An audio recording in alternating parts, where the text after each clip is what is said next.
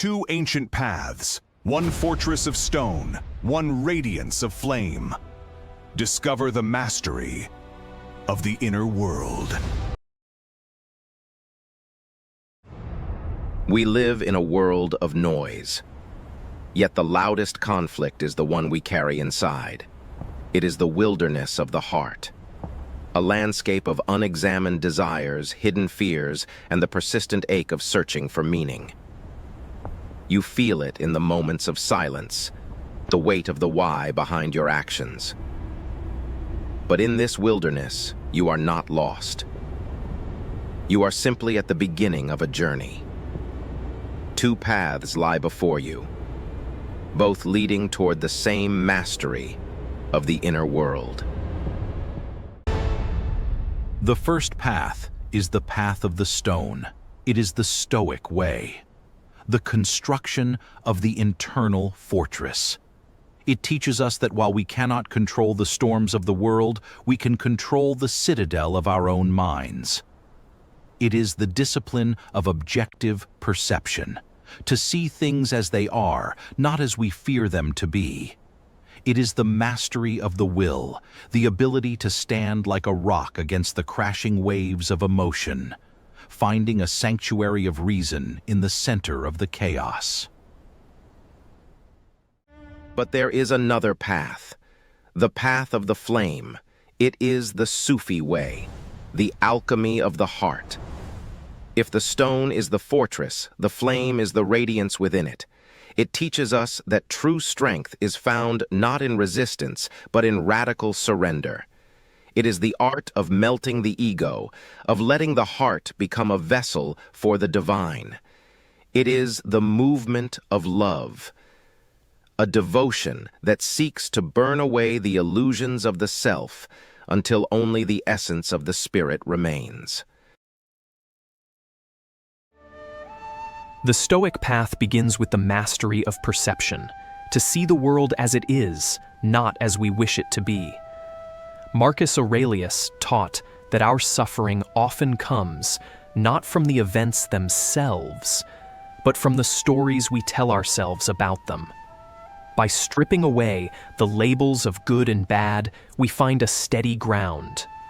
We learn to observe the storm of life without being swept away by its winds, creating a sanctuary of reason within the mind. In contrast, the Sufi path offers the alchemy of surrender. Rumi teaches us that the ego is a wall that keeps us from the divine. To surrender is not to give up, but to let go of the illusion of control. It is the melting of the I into the thou. When we stop trying to hold on to the world, we find that the world begins to flow through us. It is the transition from the fortress of the self to the radiance of the infinite. It is the art of finding the center by letting go of the edges.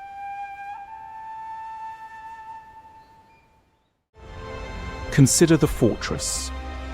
The Stoic does not seek to change the world outside, he seeks to fortify the world within. This fortress is built from the bricks of virtue and the mortar of reason. It is a mental space where the external chaos, the insults of others, the loss of wealth, the inevitability of death, cannot penetrate. By creating this inner sanctuary, we become invincible to the whims of fortune.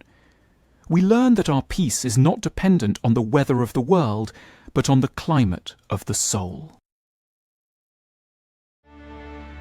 If the Stoic builds a fortress to keep the world out, the Sufi, they remain out. The Sufi lights a fire to let the spirit out. The radiant heart is the center of our being where love resides. Rumi teaches us that this light is not something we create, but something we uncover.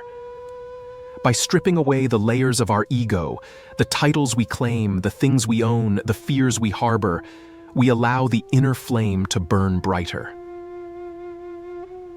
It is the journey from the shadow of the self to the light of the soul, where the heart becomes a mirror for the infinite. The struggle we face today is the fragmentation of the self. We are pulled in 1,000 directions. We are pulled 1,000 directions by the demands of the career, the pressures of the social sphere, and the whispers of our own insecurities. We are caught between the need for security and the hunger for meaning.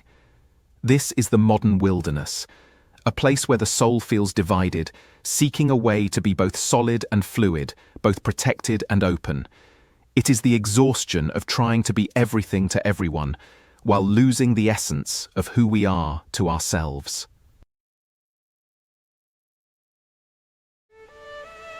We do not have to choose between the stone and the flame. The ultimate mastery lies in the synthesis of both. We need the Stoic fortress to protect our peace from the chaos of the world, and the Sufi flame to keep our hearts warm with the fire of love. One provides the boundary, the other provides the depth. One gives us the how of endurance, the other gives us the why of devotion. When we integrate these two, we become both unshakable and deeply feeling, a masterpiece of human consciousness. The fortress is not a place of isolation, but a sanctuary of clarity. It is the Stoic architecture of the mind. A structure built from the bricks of virtue and the mortar of reason. It provides the boundary between the internal self and the external storm. Within these walls, the chaos of the world is acknowledged but not permitted to enter. It is the mastery of the no, the ability to say no to the impulses of the moment, to protect the peace of the soul. If the fortress is the structure, the flame is the spirit. It is this, the Sufi alchemy of the heart, the radiance that flows from within.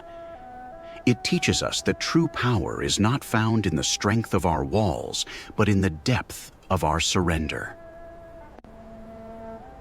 It is the art of melting the ego, of letting the heart become a vessel for the divine. While the stone provides the boundary, the flame provides the warmth, the movement, and the light of devotion. Two paths, one destination, the mastery of the inner world. We are presented with a choice, the path of the stone or the path of the flame. One seeks the strength of the boundary, the other seeks the power of the flow. Yet, they are not enemies. They are the two lungs of the human spirit. To master the inner world, one must learn to build the fortress while tending the fire. One provides the structure of the mind. The other provides the radiance of the soul. The synthesis of the practice is the union of reflection and devotion. We must be able to look at our lives with the clarity of the stone and feel them with the depth of the flame. It is the ability to be both a fortress and a radiance. We use the stone to define our boundaries, to know what is ours and what is not. We use the flame to define our depth, to know how to love and how to surrender. Together, they create a life of profound, balanced power. This is the mastery of the inner world. Your journey begins here, not by escaping the world, but by transforming your relationship to it. In the chapters to follow, we will explore the specific struggles of your life, anger, grief, ambition, and fear, and see how the stone and the flame, tuing, can work together to build a life of profound purpose. We will move from the abstract to the actionable, from the theory to the practice. Prepare your mind. Open your heart. Let us begin the work of the inner world.